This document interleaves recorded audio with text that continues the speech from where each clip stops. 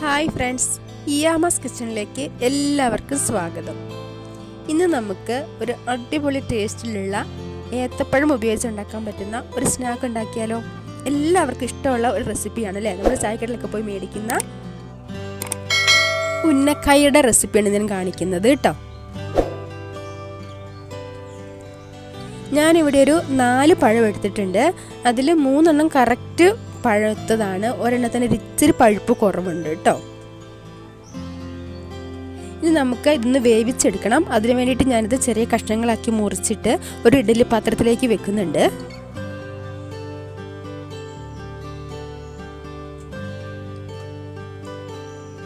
ഇനി ഞാൻ ഒരു പാത്രത്തിലേക്ക് ഒരു ശകലം നെയ്യ് ചേർത്ത് കൊടുക്കുന്നുണ്ട്. പിന്നെ അതിലേക്ക് ചെറുതായിട്ട് കട്ട് ചെയ്തേക്കുന്ന കാഷ്യൂ നട്ടാണ് ചേർത്ത് കൊടുക്കുന്നത്.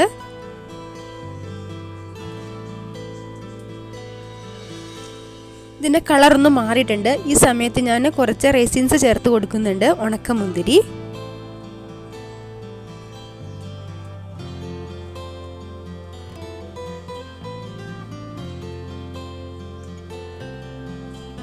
മുന്തിരിയൊക്കെ വീർത്ത് വന്നപ്പോൾ ഞാൻ ഇതിലേക്ക് തേങ്ങ ചേർത്ത് കൊടുക്കുകയാണ്. 1.5 കപ്പ് തേങ്ങയാണ് ഞാൻ ചേർത്ത് കൊടുക്കുന്നത്.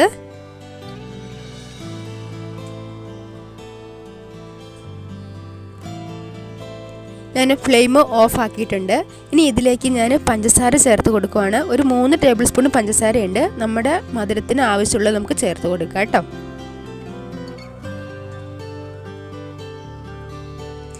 ഇനി ഇതിലേക്ക് ഏലക്കായും ജീരകവും കൂടി പൊടിച്ചത് ചേർത്ത് കൊടുക്കുവാണ്. നമുക്ക് ഈ മിക്സ് മാറ്റി വെക്കാം. നമ്മുടെ പഴമൊക്കെ നന്നായിട്ട് വെന്തിട്ടുണ്ട്. നമുക്ക് ചൂടോടെ തന്നെ ഇതിൻ്റെ തൊലിയൊക്കെ ഒന്ന് മാറ്റിയെടുക്കണം.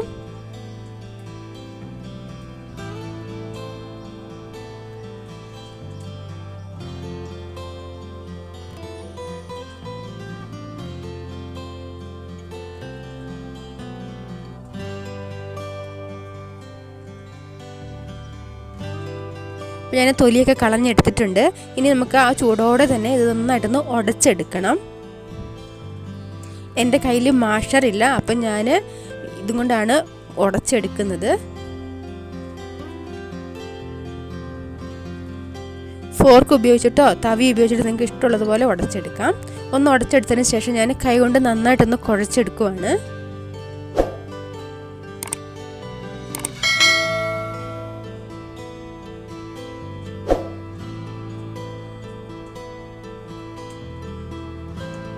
കുഴച്ചെടുത്തിട്ടുണ്ട്. ഇനി നമുക്ക് ഇതിൽ നിന്ന് ഓരോ ചെറിയ പോർഷൻ എടുക്കാം.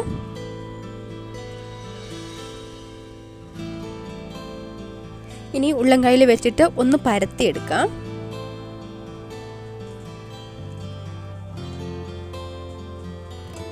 ഇനി അതിൻ്റെ നടുക്കോട്ട് നമ്മൾ എടുത്തു വെച്ചേക്കുന്ന മിക്സ് ചേർത്ത് കൊടുക്കാം.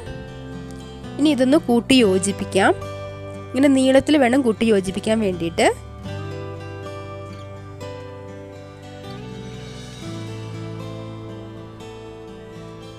ഇനി അത് നീളത്തിൽ തന്നെ ഇങ്ങനെ കയ്യിൽ വെച്ചിട്ടൊന്ന് ഉരുട്ടി എടുക്കാം. അപ്പോൾ ആ ഉന്നക്കായൻ്റെ ഷേപ്പിൽ കിട്ടും നമുക്ക്.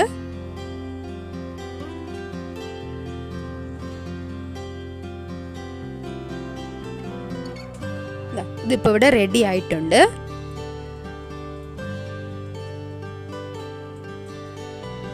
നമുക്ക് അതേപോലെ ഇതെല്ലാം ഒന്ന് ചെയ്തെടുക്കാം.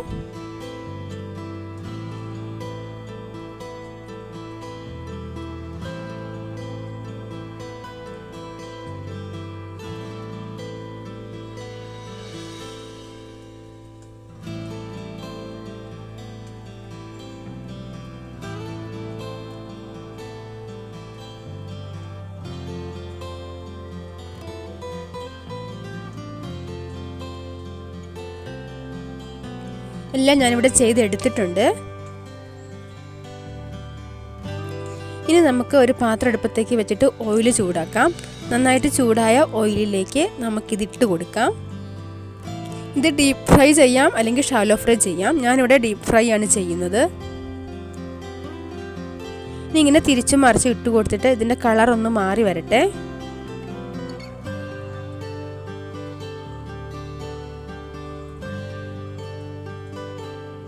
ഇപ്പോൾ ഇതിൻ്റെ കളർ മാറിയിട്ടുണ്ട്, ആവശ്യത്തിനായിട്ടുണ്ട്. നമുക്ക് എണ്ണയ്ക്കകത്ത് നിന്ന് കോരിയെടുക്കാം. ഇപ്പോൾ ഇത് നമ്മുടെ ഉന്നക്കായ ഇവിടെ റെഡി ആയിട്ടുണ്ട്. എല്ലാവരും ഇതുപോലെ ഒന്ന് ഉണ്ടാക്കി നോക്കണം. ഉണ്ടാക്കി നോക്കിയിട്ട് അഭിപ്രായങ്ങൾ കമൻ്റായിട്ട് അറിയിക്കണം. ലൈക്ക് ചെയ്യണം, ഷെയർ ചെയ്യണം. എൻ്റെ ചാനൽ ഒന്ന് സബ്സ്ക്രൈബ് ചെയ്ത് സപ്പോർട്ട് ചെയ്യണം കേട്ടോ. മറ്റൊരു വീഡിയോ ആയിട്ട് വീണ്ടും കാണാം. Okay, bye bye.